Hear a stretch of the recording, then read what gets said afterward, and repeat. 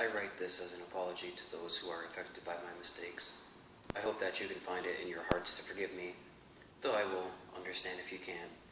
My wife was terminally ill, and a few months ago she died. I was, however, very sad at the loss, as she was a marvelous, caring woman.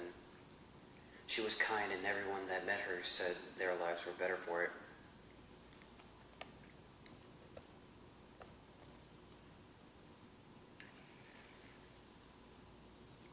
I couldn't bear the pain, though, so I did something terrible.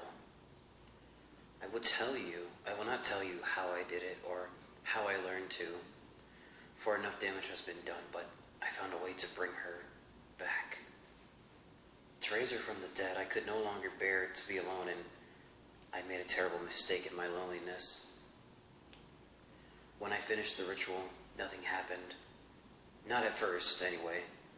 I was about to rebury her when I first started to hear breathing with an understandable measure of joy. I realized that the sound was emanating from her mouth. I had done it at the time. I could not fully understand what it was, but in my blissful ignorance, I carried her home. She was not the same.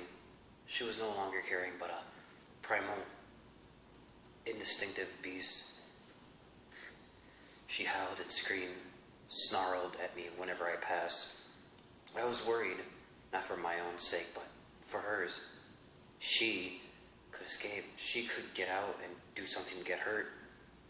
Let the record show that it was for her own good, that I locked her in the basement. I never meant to keep her that way.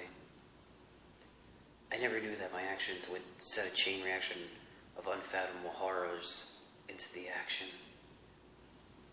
I kept her there for as long as I could, but her screams grew more and more desperate. I was chilled to my very core by the screams of my betrothed, and before long I stood on the rain-slick precipice of insanity. I needed to do something. As it so happened, I was not the only one to hear the screams. My neighbors began to show interest, eventually sneaking into my estate to snoop around. I caught them in the act, and as I had no explanation for what they may have seen, I attacked them. I didn't kill them, but they were unable to leave of their own accord.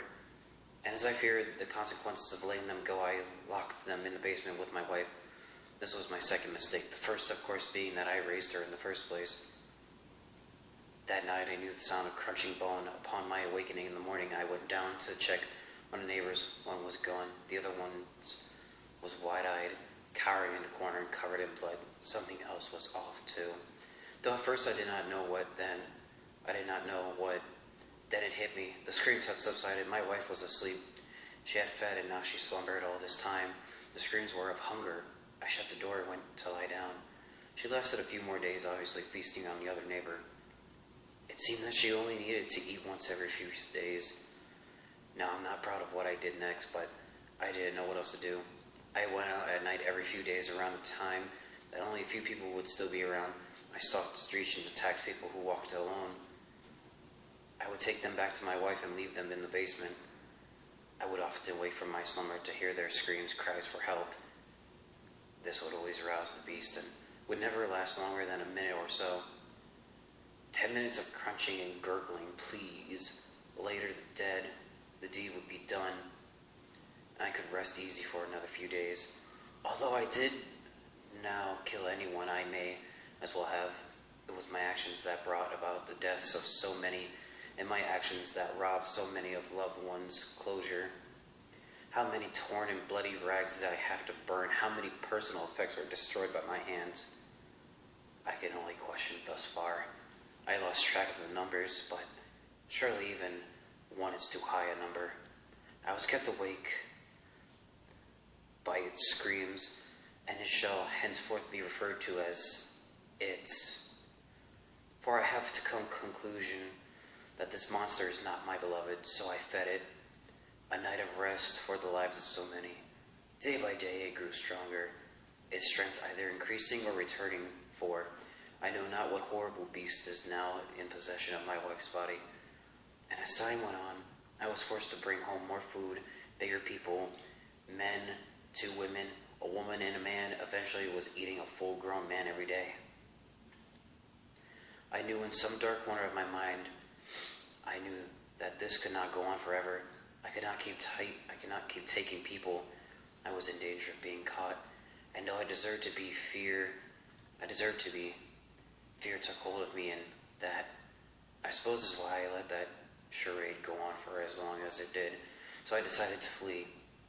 I had just packed my bags when I heard a knock at my door. The police had found a trail of blood leading through the woods up to my estate and were inquiring as to whether I'd seen or heard anything suspicious. I managed to keep a cool head and talk my way out of what could have potentially been in a very unpleasant situation. I do not know why, only that I deserve it. It began to scream. It screamed louder than I had ever heard it scream before, and it sounded mad. The police instantly drew their guns and went in, thinking perhaps some horrific predatory beast had made its way into the home. They eventually found the basement door and threw it open slowly, ever so slowly. They descended the stairs. I was at a loss for what to do, so I did the only thing I could think of. In the heat of the moment, I shut the door. Throwing the bowl across, I ran to my quarters and grabbed my bags, making for the door. The screams of the police haunt me this very day. I heard the sound of splintering wood as that thing burst out of its cell. It was now loose in the house. I ran as fast as my legs could carry me out of there, out into the streets of the town. I had stalked into a train, and I left that place far behind. My old home is a ghost town now, splashed with blood, yet no bodies remain.